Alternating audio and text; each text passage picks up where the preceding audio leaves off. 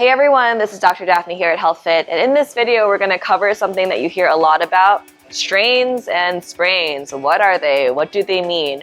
Well, there's two different kinds of strains. There is a ligament strain and a muscle strain. So let's go over something that you probably know, muscular strains, right? Muscles are muscles. They help your legs to move, they help your arms to move. Pretty much any of your moving parts of your body are controlled by muscles. A muscle strain happens when something is overstretched, overused. Let's say you're sprinting down a pathway and all of a sudden you feel this tug in the back of your thigh.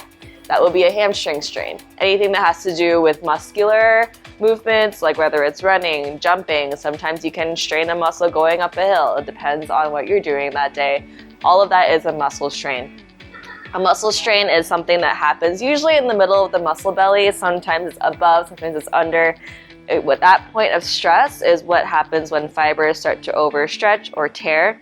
When muscle fibers are healthy, they're usually overlapped like this in your leg. So the way they kind of contract and expand is through weaving through each other like this. So a contracted muscle is like this, an expanded muscle is like this. So when most strains happen, what typically happens is that a muscle is tight and locked, so they kind of aren't able to move. Ideally, you want there to have some sort of pliability in those fibers in your thigh. But when you don't, and you're doing something like running, jumping, or even hiking up a hill, something super intense, or let's say you're really tight, sometimes you feel a strain getting out of a car, right? What happens is that those muscle fibers are super tight, they tug, and then instead of being able to slide like this, they just kind of break, okay?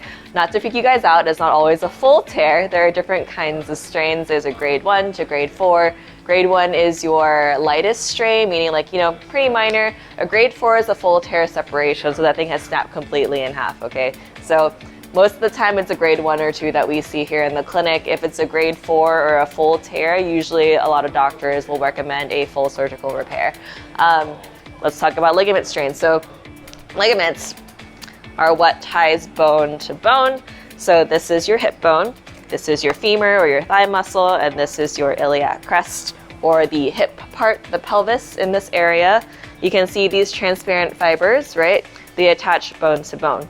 Now these things don't have much give at all. They're kind of meant to keep the structure in your bones. So let's say you've heard about ankle sprains, right? A lot of that is a ligament sprain that happens right on the bottom of this ankle here. So you can see where I'm pointing. That bone and this part of the foot has a transparent-ish, tiny little string-like piece of tissue that helps to hold these two bones together. And then when you have an ankle sprain, more often than not, it's usually called inversion ankle sprain, or your foot goes in like this and you land pretty hard on it.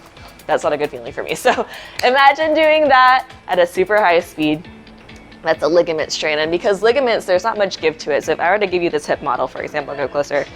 So this is meant to be stretched, right? So here it doesn't move, and this doesn't move that much either. These are not meant to be stretchy. And so when you're in a ligament strain position, what happens is that these transparent, or not really transparent, these fibers snap.